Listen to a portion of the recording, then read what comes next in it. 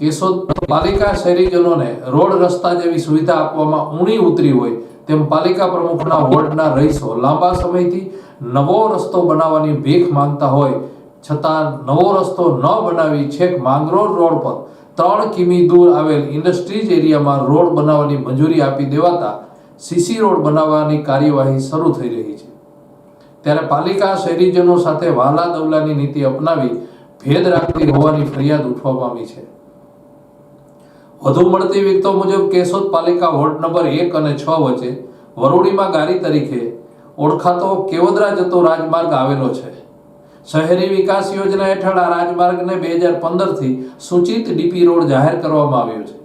હવે પાલિકાની અણઆવડત કહો કે પછી નબળાઈ તેમણે શહેરના અનેક વોકડાઓ પર પેશકદમી હટાવી ઊંડા કે પોળા કરવાની જગ્યાએ આ કાચા રાજમાર્ગ પર 1.5 કરોડની સ્ટ્રોમ ડ્રેનેજ વોટર યોજના પૂર્ણ કરી દીધી પછી પણ આ રાજમાર્ગ પર નવો રોડ બનાવવા તસ્દી ન લીધી અને પાલિકાને શું સૂઝ્યું કે શહેરનો વિકાસ રૂધાઈ રહ્યો છે એટલે કે છેક માંગરોળ રોડ પર 3 કિમી દૂર ઇન્ડસ્ટ્રીઝ એરિયામાં 350 મીટર રોડ બનાવવા મંજૂરી આપી દીધી છે। આ રોડ બનાવવા કાર્યવાહી પણ થઈ રહી છે। ત્યારે પાલિકા પ્રમુખના વોર્ડના લોકો જે રસ્તા પર 1.5 કરોડની સ્ટ્રોમ ડ્રેનેજ યોજના બની તે રસ્તો નવો બનાવવા પાલિકા ભૂલી ગઈ હોય તેને ગંભીર ભૂલ ગણાવી પાલિકા વહાલા દવલાની નીતિ અપનાવી હોવાના આક્ષેપો થઈ રહ્યા છે, જે બાબતે ઉચ્ચ કક્ષાએ રજૂઆત થાય તેવી વિગતો પણ મળી રહી છે। આ બાબતે પાલિકા પ્રમુખ મેહુલભાઈ ગોંડલિયાને પૂછતા તેમણે માંગરોળ રોડ પર ઇન્ડસ્ટ્રીઝ વાળાઓ પોતે પાલિકાને ટેક્સ આપી રહ્યા હોય તેવો માંગ કરતા રોડ બનાવવામાં આવ્યો છે। હવે જો સ્થાનિકો માંગ કરશે તો વરોડીવાળી ગારીમાં રસ્તો નવો બનાવી આપીશું તેમ પણ જણાવ્યું હતું। જ્યારે પાલિકા ઇજનેર વિપુલ ચૌહાણે શહેરના બહારના વિસ્તારને ઓજી વિસ્તાર તરીકે ગ્રાન્ટ મળતા માંગરોળ રોડ પર ઇન્ડસ્ટ્રીઝ વિસ્તારમાં સ્મરણિમ જયંતિ મુખ્યમંત્રી શહેરી વિકાસ યોજના 23-24 હેઠળ 350 મીટર રોડ બનાવવા મંજૂરી આપી છે। આ યોજના હેઠળ અન્ય જગ્યાએ પણ રસ્તાઓ બનશે તેમ જણાવ્યું હતું। જોકે આ મુદ્દે કેવદરા સામાજિક કાર્યકર ભરતભાઈ લાડાણી શું કહે છે તે પણ સાંભળીએ। જૂનાગઢ જિલ્લા કોંગ્રેસ સેવાદળ પ્રમુખ હું ભરતભાઈ લાડાણી।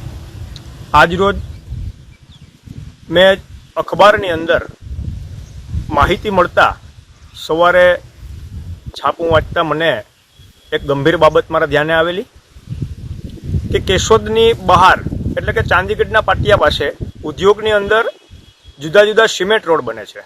હું મારી ખેત પેદાશની જણસી વેચવા ગયો ત્યારે પણ આ વાત મારા નજરે આવેલી હતી, પરંતુ કોઈ વિકાસના કામમાં કોઈ દખલઅંદાજ ના હોય। પરંતુ આજે અખબારમાં વાંચતા એ વાત ધ્યાને આવી કે કેશોદ નગરપાલિકા દ્વારા આ રોડ બને છે।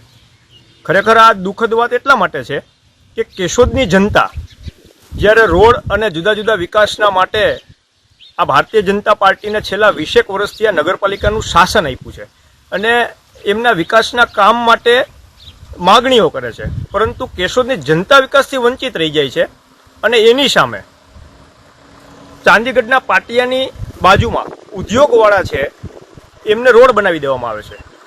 ત્યારે હું એટલું જ કહું છું કે તમે ગાય માતાના નામે ફંડ ઉઘરાવતા હો અને બકરીને તમે લીલી ગદબ ખવડાવી દો તો હાલે?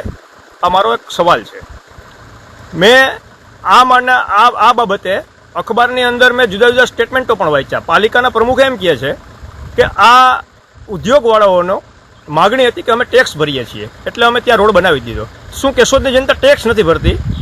કેશોદની જનતાને તમે આ મફત સુવિધાઓ આપો છો, જ્યારે પાલિકાના ઇજનેર છે એ પણ કંઈક જુદી વાત કરે છે। આજ તમે જોઈ લ્યો કે આ જે રોડ ઉપર હું ઊભો છું એ રોડની સ્થિતિ શું છે। ખરેખર તો અહીંયા રોડ બનાવવાનો છે અને એના બદલે તમે કેશોદની બહાર રોડ બનાવો છો। આ તો તમે ચોક્કસ કોઈને કોઈ ઉદ્યોગવાળા જે તમારા સાથે છે, તમારી પાર્ટી સાથે જોડાયેલા છે, ક્યાંક તમારા કાકા બાપાના છે, ક્યાંક તમારા મામા માસીના છે એટલે તમે રોડ બનાવો છો। આવી સ્થિતિનું નિર્માણ આવનારા સમયમાં ન થાય એટલા માટે હું રાઇટ ટુ ઇન્ફોર્મેશન નીચે જે કોંગ્રેસ સરકારનો કાયદો છે કાયદાની નીચે હું માહિતી પણ માગવાનો છું અને મેં એવું પણ જાણ્યું છે કે ઓજીમાંથી ગ્રાન્ટ ફાળવી, એટલે ઓજી એટલે શું એ પણ હું આરટીઆઈની માહિતી માગીશ અને આવનારા સમયમાં જનતાની સમક્ષ અમારો મુદ્દો મૂકીશ।